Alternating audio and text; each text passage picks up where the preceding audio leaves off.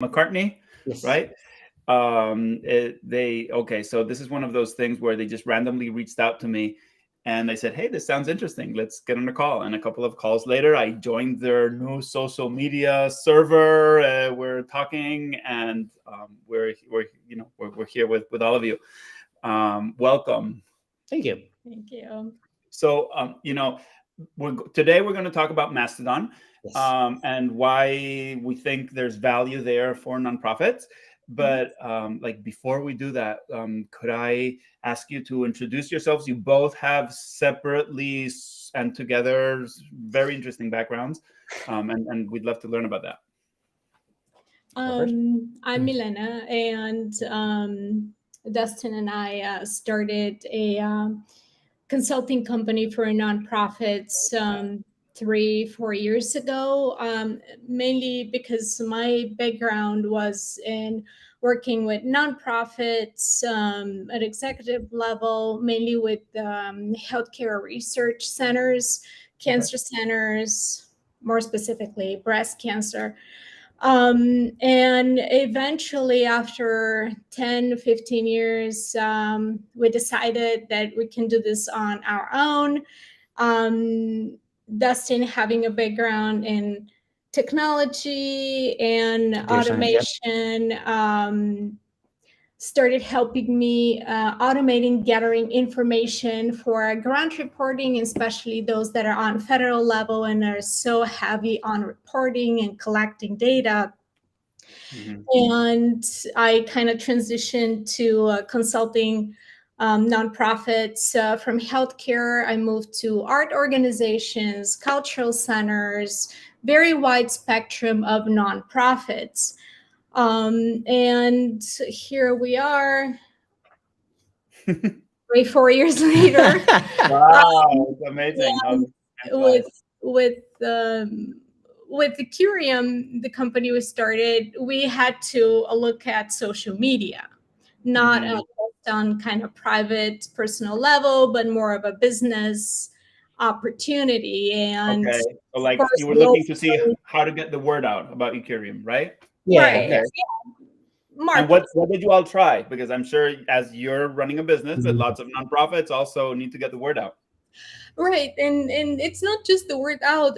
When you receive a lot of, especially kind of state level grants, in the contract you sign, especially with cultural organizations, they're expecting you to have X number of posts on social media about the grant, about the funder.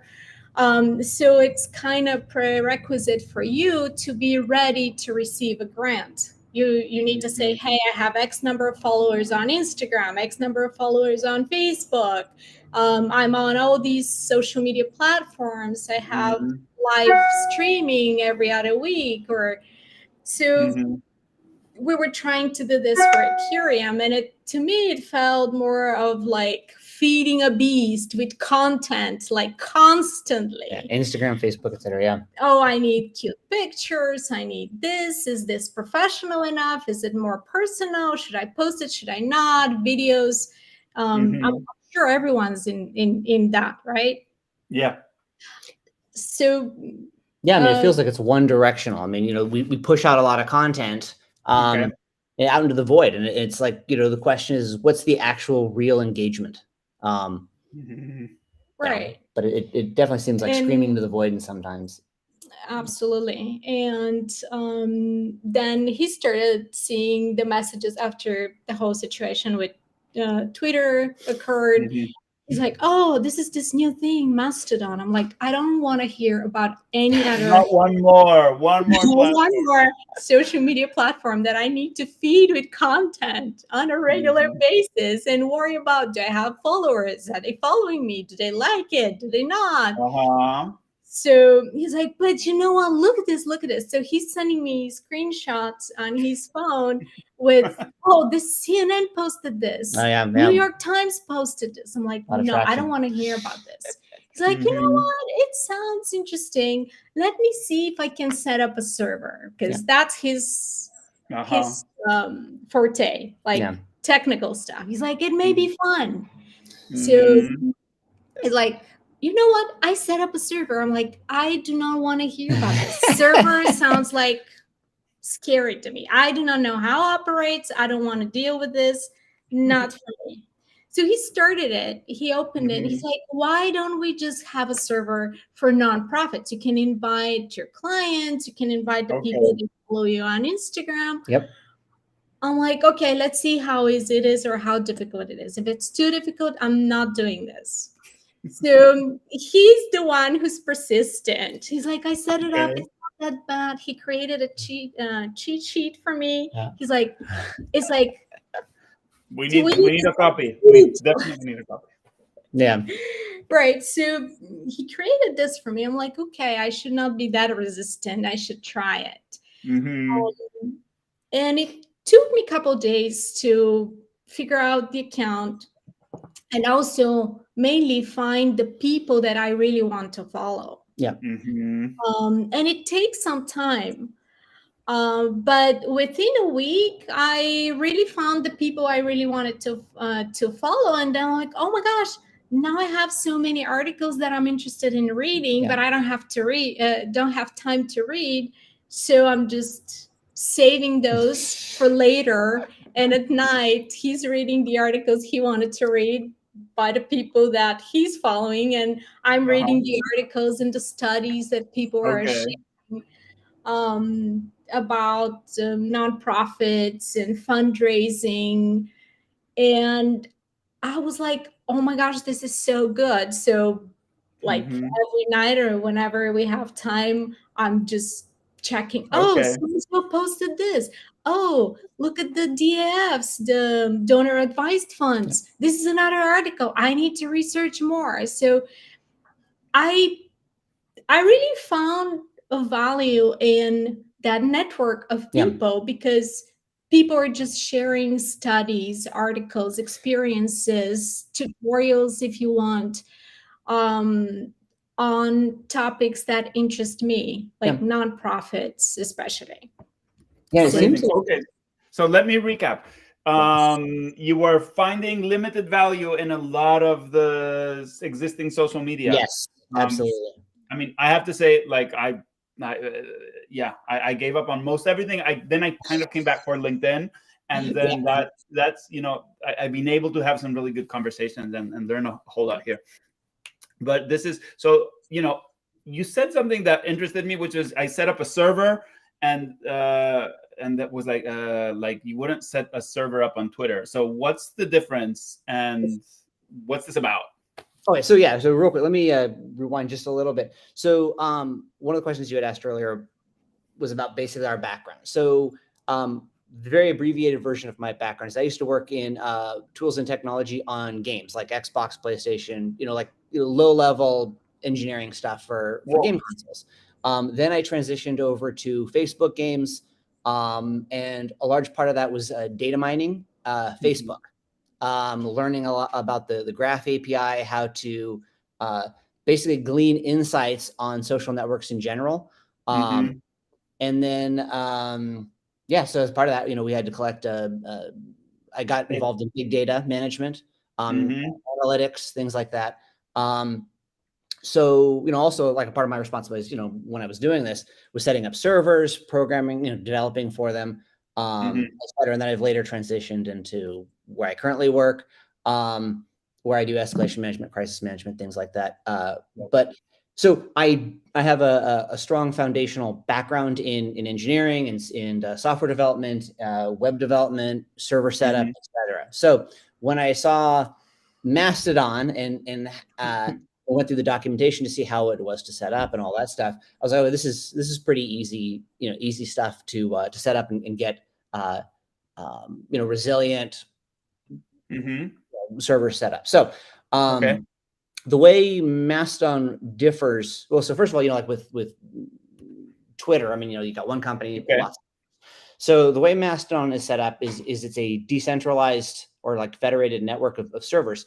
It's more to the old BBSs from like the 90s. And I have some fond memories of using BBSs when I was younger. But So me too. But I had to be careful in Spain because if you weren't careful, you'd end up like calling the States. If like you know, it was, I don't know. I got in a little bit of trouble. But yes, fond memories. Yes. Yeah, I definitely, when I was younger, I surprised my parents with some large phone bills from the modem. So, but yeah, so it's more like the old BBSs, or but it's like a new spin on it. It's Okay. also very similar to email in that nonprofit. Nobody owns it, right? Nobody owns it. Nobody owns Okay. it. Nonprofits, businesses, just people who want to contribute something, right? They're interested in social networks. They can create their own servers. When you create your own server or network of servers, you have to do all of the usual, like setting up a domain name and all that stuff. So the users of Mastodon, they actually create an account on a given server in the network. So there's some big ones that are run by the German Mastodon nonprofit. Okay. And then there's a variety of others servers that are that have been set up by different organizations. So we set up one server. It's called publicgood.social, and it is really intended to be a target for or a meeting place, a communal meeting place for nonprofits, donors, things like that, people who are interested in the nonprofit space. So kind of getting back to the decentralized nature of this, when you create an account on a specific Mastodon server, that server actually then communicates with other servers across the network. And so there's a variety of different views on the data. You can actually, you've got a home view. I don't know if we want to share this. Yeah. We'll go over this. Oh, so one thing before we go into a little screen share on this, one thing that I think is really, really cool about Mastodon is you can create an account on any server you want, on any Mastodon instance you want. You are not tied or locked into that instance. So each instance usually has a theme, like nonprofits or journalism or things like that. So when you create an account, if you don't like the server that you're on for whatever reason, it's very easy for you to move from one server to another server. So there's no lock-in, which is really, really nice. And we've had a number of people with publicgood.social move from other servers. They're like, hey, we think that this is a better fit for the type of community discussions that we want and the types of people that we want to discuss with. So then they'll move over to our server and they can see a local view of the discussions that are going on our server, but they also can interact with their larger social network of contacts across all Mastodon instances. And then there's what we call it's a federated view, which is basically a fire hose of information. So, let's see. Do you want to let's see if we can figure out how to do the screen share here. Oh, the screen share. Yeah. This is where we prove that the call is live because we're all fumbling to make it work. Sounds good. What is sharing? And if not, I'll go on a screen share and you can walk me through. Do Chrome tab. Tab. Yeah, I guess the notifications. Yeah, yes. Let's see if that's that. Share. Okay. Yes. Probably this. Do you see this? That's my profile, right? Okay, so you want to go up to home? Okay. Go to home. Yeah. Okay. So yeah. Okay. So what we have here, this is basically what it looks like, and there's a number of different client applications for Android, iOS, things like that for Mastodon. Okay.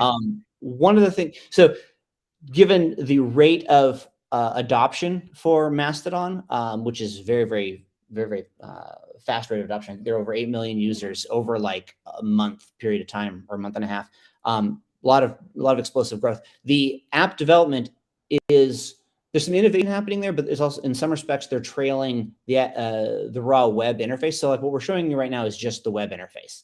So like we've got like here's a home view, and there's just people not appropriate content. Home is whatever people have. Notifications, these are notifications that you receive from people or anything that relates to what you have. I mean, people commenting or putting posts, things like that. Explore, this is to this is kind of like what other people are recommended that you should follow.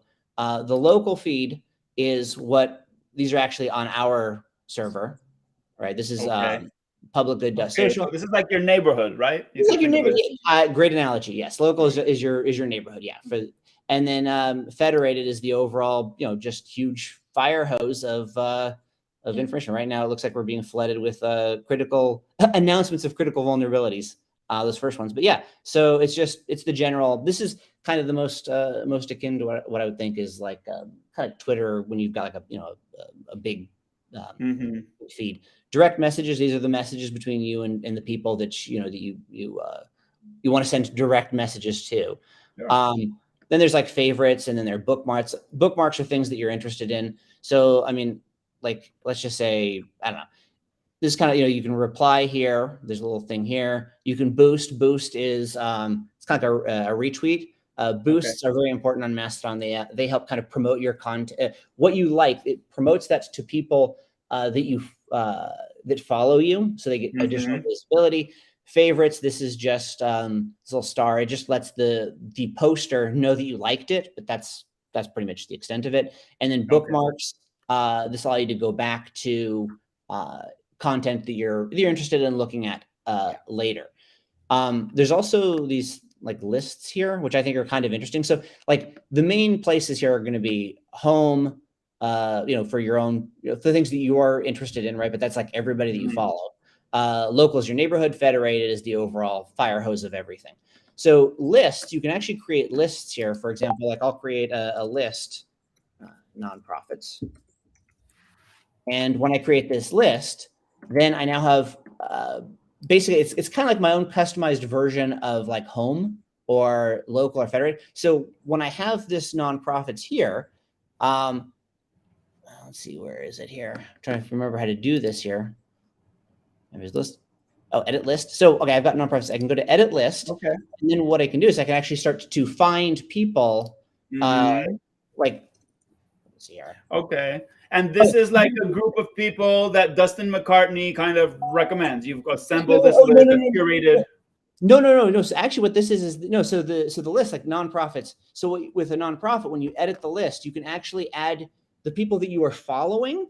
Like, okay, let's say you're following 300 people, right?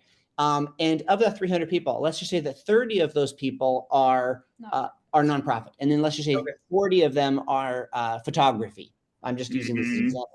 You can actually create a list for like nonprofits. You can create a list for photography, and then you can assign the people that you are following to those lists, so that you basically, you as an individual on your account, you're curating the type of content that goes into these channels. So like when you log in, if you want to, you can go to, for example, the nonprofits list, or you can go to the photography list, and you'll see just the content that is related to photography or nonprofits or whatever it is that you're interested in. So it's a way to customize and filter the content that you want to see. Does that make sense? And I see that you can contain the replies to members of the list. I see a little bit there. Yes. So very cool. So it's a way to like create separate little groups, right, of people. Yes. Like they're almost like chat rooms, kind of, that are themed that you have with your network. Super interesting. Okay, so who's joining this? Because what I found is that the quality of the people is critical, and we want to find, so is, because I've seen some really interesting people already on Public Good. Yes. So we have a growing number of nonprofits that are joining, and people that are interested in promoting themselves, promoting their services and things like that. And we are of the, so since Mastodon is not owned by like a company, they're individually run services. There's no real algorithm that pushes content. So one of the benefits and the challenges of Mastodon is everything's based on hashtags, and the onus is on you as a participant to go out and find those hashtags and those things that you are interested in following. Like I'm showing here, we got Explore. There's some hashtags here. These are things that are kind of trending, right? So right now I'm on Milena's account, but if I was interested, and I can click on, for example, biodiversity, click on that, and then up here, so these are going to be topics that are related to biodiversity. So in addition to following people, I can actually click on this little person with a plus by it, And then this would actually have her account follow basically would follow this hashtag biodiversity. So it does really require the users to kind of you go out and find the content and find those hashtags, find those people that you want to follow, and then you start following people. And then as you're going through and following people, you'll see that those people are interacting with other people that have similar interests. So it's kind of like a you kind of like tendrils that you kind of extend out and find those people that you are interested in following. So the advantage there is that of course you have more of an experience and are connecting with those people that you are interested in, and less of just kind of spam being sent to you, because there's no real central authority that's just saying so-and-so has spent these number of ad dollars in order to push content to you. So you don't see that. And as far as the actual quality of interactions that we have noticed is like we had mentioned earlier, like with Instagram or whatever, oftentimes it feels like we'll post interesting content or we'll ask questions, no response, right? I mean, it's just, again, it just feels like kind of screaming into the void. One of the things we've really noticed with Mastodon is when we interact with the community, they interact back, and the quality of interactions is actually of a much higher level. It's a lot less spammy, a lot less kind of junky, with some exceptions. I mean, because you're always going to have random stuff, but by and large, I've been very happy with the interactions that we've been having with people, because it's been very productive. I agree. Very nice. Okay, so if somebody wants to check this out, what do they have to do? So let's see here. And I have I have the link to your instance on the screen up there. So they go to publicgood.social and let me see if we can just kind of quickly. Let me see. Oops. Let me log out here. I'm trying to remember how to do that. Oopsie. This is where you got to your point. The whole. What are you trying to do? I'm trying to log out. Because he's. Yeah, I know he's logged. Of my account. Yeah. Wouldn't that be here? And maybe I'm going to. Actually, let's stop the sharing here. Let's open a new tab. We'll do a. An incognito or something. Sharing. Yeah. Okay, we're back here. Okay, so then hopefully we can. I don't know if we can share private incognito windows, because that way it might be kind of an easier way to do this. Let's see if we can do that. Okay. Share. This is great. So, folks, highly recommended for you to explore this. Plus, now the owners of this server, which, as you can see, are great people. So, give it a try. See what conversations you. So this is here's an example of the sign-in. Oh, sorry. Let me put it on. There you go. Sure. So then, you can create an account. Ground rules, we've basically followed the we've got some ground rules. We want this to be a healthy, productive space for people to be in. We also follow the GDPR privacy, so we don't look at any data, and then you accept, and then you create your account. But it's the starting point is publicgood.social. Once you have an account, you can explore the place. We've got a lot of good people on our server, and if you like a different server, go ahead and port your account over to another server that you like. And when you do so, one of the nice things is that all of your followers, the entire social network that you build up actually can easily be ported from one server to the other. So again, there's no commitment on any specific server, which is one thing I kind of like. That's great. Well, I'm on this one, and I don't plan to move yet. But thank you. Where do you all think this is going? I mean, of course, it's hard to predict, right? But do you think the growth that has existed is going to continue? Do you think so. There's going to be more development? Like, in what directions could Mastodon go? Dustin, you mentioned a few other platforms that are using kind of like the underlying technology for Mastodon. Could this turn into something else down the line?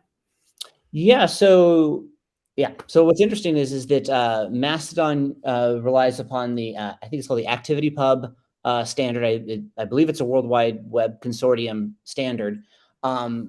Because of the exodus from Twitter, the overall landscape is evolving right now, and so certain people are leaving Twitter and they're coming to, for example, Mastodon. Some of them are going to Post. I think it's called Post.news or something like that, which apparently shares some ownership with Twitter. But the actual protocol itself, it's an open standard protocol, and there are some other services. I'm trying to think. Flickr, I believe, is considering adopting the standard. There's another network that it's one of the primary competitors for Twitter. I'm trying to remember the name of it. Oh gosh, I'm I'm running a blank on it. Huh? No, I'll Google it. We'll find it. Okay, yeah. There's a primary competitor. Tumblr. Did we say Tumblr already? Tumblr. Yeah, I think it's Tumblr. Yeah, I think it's Tumblr. Yeah, that's the blogging network. Yeah, I believe that they're platform. Yeah, Tumblr. Yeah, I'm got to double check, but I'm pretty sure that they're the ones that their CEO announced that they'll be adopting the ActivityPub protocol as well. So they're going to be tapping into the same service and the same group as Mastodon, which I think is pretty good. And I am aware of some other organizations and social networks that are looking at also, they're evaluating, right, whether they should also plug into the overall Mastodon powered network as well. So I think it's early days, but it's got a lot of potential. And there's some what do you call it? Some challenges, right? With with growth. I mean, like right now, things seem to amongst the Mastodon servers. Let me back up. So was it a couple months ago, 2 months ago or so, when a lot of people started leaving Twitter and going over to Mastodon, it was much more challenging finding Mastodon instances that people wanted to join. And then like some servers would, they would get like, for example, one person like George Takei, for example, when he switched over, he brought over like, I don't know, yeah, like 100, like literally like 100,000 people. So you've got,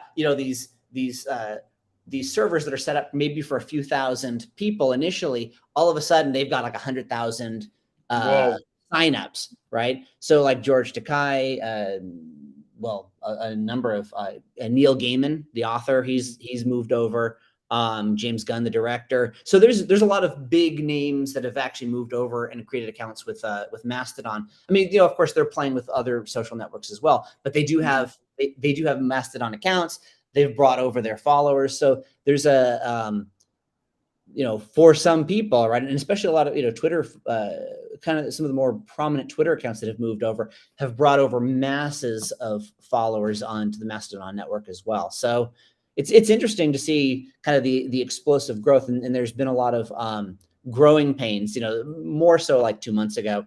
I think a lot of the servers have now stabilized. Because now there's an like it went from kind of obscurity to like this is the main topic a lot of people are talking about that are looking for a home away from Twitter. Okay. Well, but yeah, I think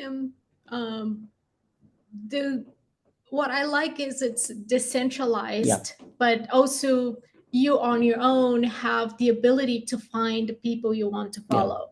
And you own your own data. You own your own followers. You own your own data, and there is no algorithm that pushes you to follow certain people.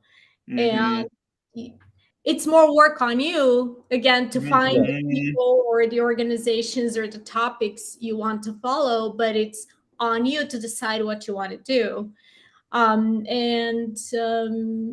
really like the opportunity to really connect with people that are going to answer questions, or they're going to read your posts and say, hey, I like this, or hey, let's talk about this because I'm interested, or my opinion is totally different.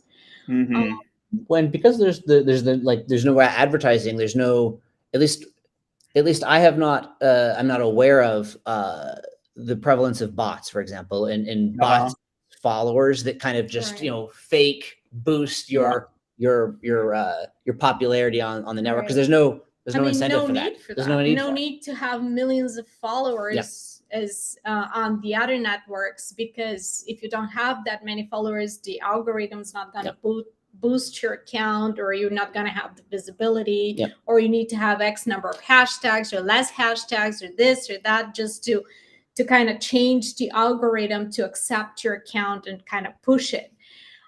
Here you're free to do whatever you want to do, as long as you like it and you see value in it.